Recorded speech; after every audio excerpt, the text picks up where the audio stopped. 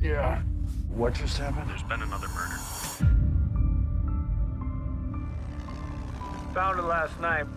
This one of your missing persons? That could be. She's late teens, maybe early 20s. When are you going to admit there's somebody taking these girls? I can't get these off. 8 girls in the last 2 years. There's not one lead except her.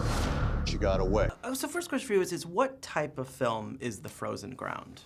Well, I call it docudrama or cinema verite, if you have to put a label on it. But for me, it was really a chance to have a departure from some of the more operatic and surrealistic styles of performance I was exploring, like in Ghost Rider: Spirit of Vengeance, which I just came off of.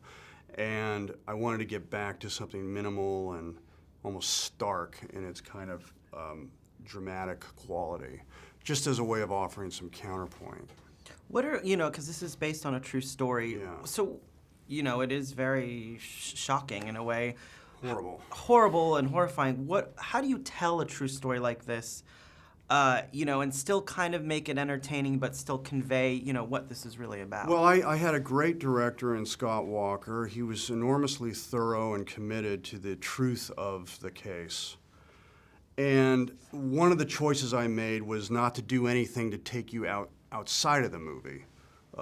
So if you follow that line, it wouldn't have made sense for me to do anything, outside the box or operatic. I just wanted to keep it very, like I said, documentary style, docudrama. Also, I was dealing with a real person in Glenn Flothi, and this is a man that I really view as a hero, and I wanted him to look good. I didn't want to do anything to embarrass him or embarrass the state troopers, who were really one of the huge forces behind getting Robert Hansen behind bars. Why isn't this guy on our list? Hansen's an upstanding citizen. I have testimony from a witness who... She's a prostitute that refused a polygraph. It's a dead end. I need physical evidence. We're reopening the case. This guy did it, and they let him get away with it. Did you panic when you killed him? You had their blood all over your hands. I didn't do that. I promise nothing's going to happen to you. Look, he's gonna take me. Help me, please.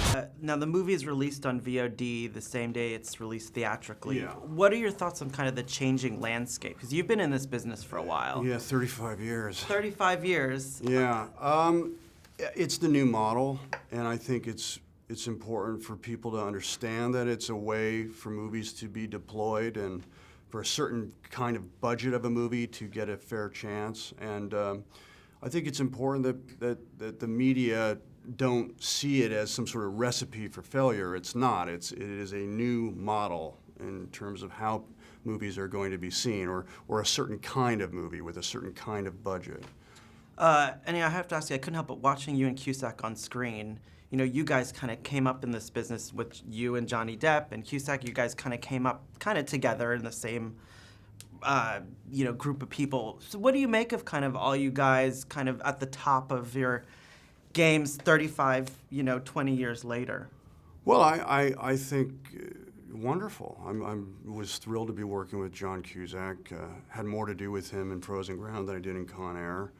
I'm also really excited by some of the new generation of acting. I mean, I was blown away by Joaquin Phoenix in The Master and Ryan Gosling in Drive, and I just think that there's Aaron Johnson in the first Kick-Ass. There's a new vanguard that I think is not just trying to copy what has been done before, but looking for something purely original in voice and in performance. Last question. Is all this, 35 years later, everything you dreamed it was going to be?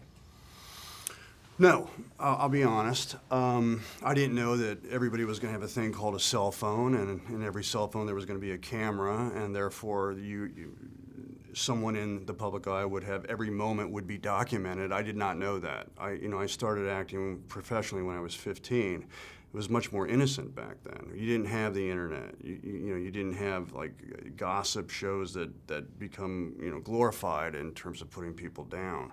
So it's a different thing now. Now I'm about creative expression, and that's the only reason why I wanted to be a film actor, because I saw James Dean when I was 15 do East of Eden, and I knew then that film acting was the most powerful way to move somebody, and that's what I wanted to do. But I didn't know it was going to be all this. I mean, I like our interview, but you know what I mean. It's like This is good. yeah, this is good. Thank you, Nick. All right. Thank you. He won't stop, and we know who he is. Drop the gun! Have you ever seen anybody do anything like this before?